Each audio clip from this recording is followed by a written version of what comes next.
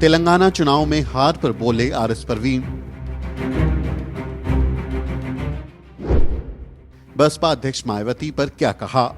तेलंगाना चुनाव में बीएसपी की ओर से दमखम लगा रहे आरएस परवीन के हाथ हार लगी है।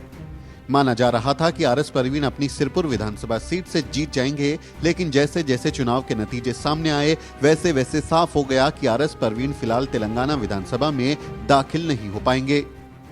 सिरपुर सीट से चुनाव लड़ रहे आरएस परवीन के हिस्से हार आई है। उन्हें इस सीट से 43,489 वोट मिले, लेकिन वो 19,454 वोटों से चुनाव हार गए। सिरपुर सीट पर आरएस परवीन तीसरे नंबर पर रहे। बीजेपी के हरीश बाबू कुल 63,043 वोटों के साथ विजयी रहे। इस सीट पर मौजूदा विधायक कोनेरू कोनप्पा कुल 60,000 वोटों के साथ दूसरे नंबर पर रहे।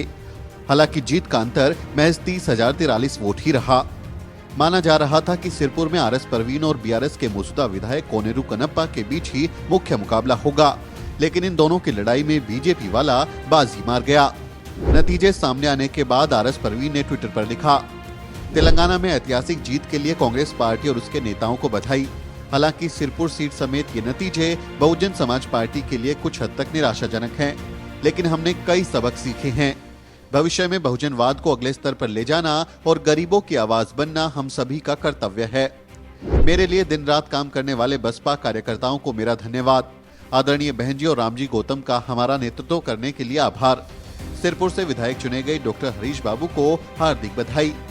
सिरपुर सीट से कोनेरू कोनप्पा लगातार 3 बार से विधायक थे और 2014 में बीएसपी के टिकट से जीतकर बाद में बीआरएस में शामिल हो गए थे। सिरपुर एक जनरल सीट है और यहां से चुनाव लड़कर आरएस परवीन ने कड़े मुकाबले के संकेत दिए थे। हमने अपनी चुनाव यात्रा के दौरान उनसे दूसरी रिजर्व सीट से चुनाव लड़ने के बारे में पूछा था तो उन्होंने मना कर दिया था। कोनेरू कोनप्पू जो विधायक हैं जो 2014 में जीते थे, बट वो बीआरएस में चले गए तो ऐसे धोखा दिया उसने। तो वो अभी 3rd टाइम एमएलए यहाँ से। हाँ जी। तो काफी उनकी स्ट्रॉन्ग पोजीशन रही होगी कॉन्स्टिट्यूएंसी में, 3 बार से लगातार जीत रहे हैं, तो एक बड़ा चैलेंज होगा आपके लिए या ये केक वॉक है? देखिए, वो हमारा चैलेंजर नहीं है, लोग उसको नहीं चाहते, वो लूट लिए, धोखा दिए। खास करके महापुरुषों का विचारधारा से बना हुआ बहुजन समाज पार्टी का वो उसका टिकट पे इलेक्शन चुनाव लड़के वो जीत के फिर लोगों का विश्वास को वो धोखा दे दिया। तो लोग उसको नहीं चाह रहे, लोग उसको हराने के लिए कोशिश कर रहे हैं, हराने के लिए एकदम पक्का इरादा से लोग है उसको कैसे भी हरा के घर में बिठाने का है। और लोग, उसके पास क्या है भाई, उसके पास पैसा है, उसके पास पैसा है, हमारे पास लोग है। उसके पास पैसा है और हमारे पास लोगों का प्यार है। तो बाबा साहेब, महात्मा ज्योतिराव फुले, मानश्री कांशीराम, ये महापुरुषों का विचारधारा से ये इलाका बहुत प्रभावित है। तो कोनेरू कोनप्पा जैसा लुटेरों को ये लोग नहीं रहने देते हैं, ये लोग हरा देते हैं। बट कोनेरू का मैं इंटरव्यू देख रहा था सर, ही वाज सेइंग कि आप तो बाहरी हैं, मतलब यू आर द आउटसाइडर, आप साउथ से आप जो हैं इधर आ गए हैं। और वो बोलता है कि मैं तो अपने घर का एड्रेस बता दूंगा, आरएस परवीन अपने घर का एड्रेस क्या बताएगा, वो तो आउटसाइडर है। कोनेरू कोनप्पा यहाँ का एकदम आउटसाइडर है। मैं तेलंगाना का बेटा हूँ, तेलंगाना का धरती में पैदा हुआ है। कोनेरू कोनप्पा आंध्र प्रदेश का धरती में पैदा हो गए, यहाँ काम करने के लिए आया, यहाँ काम करने के लिए आके यहाँ का एक घर ले लिया, घर लेके यहाँ का लोगों का नादानी का गलत फ़ायदा उठा के, यहाँ का लोगों का मजबूरी का गलत फ़ायदा उठा के यहाँ का लोगों का लीडर बन गया। वो लीडर बन के लोगों को पूरा डुबा दिए।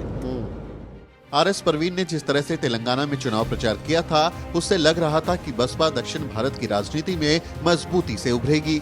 लेकिन चुनाव तो चुनाव है, जहां सिर्फ नेता ही चुनाव नहीं लड़ते, बल्कि पैसा, मीडिया, बाहुबल और प्रशासन समेत कई कारक मिलकर चुनाव लड़ते हैं।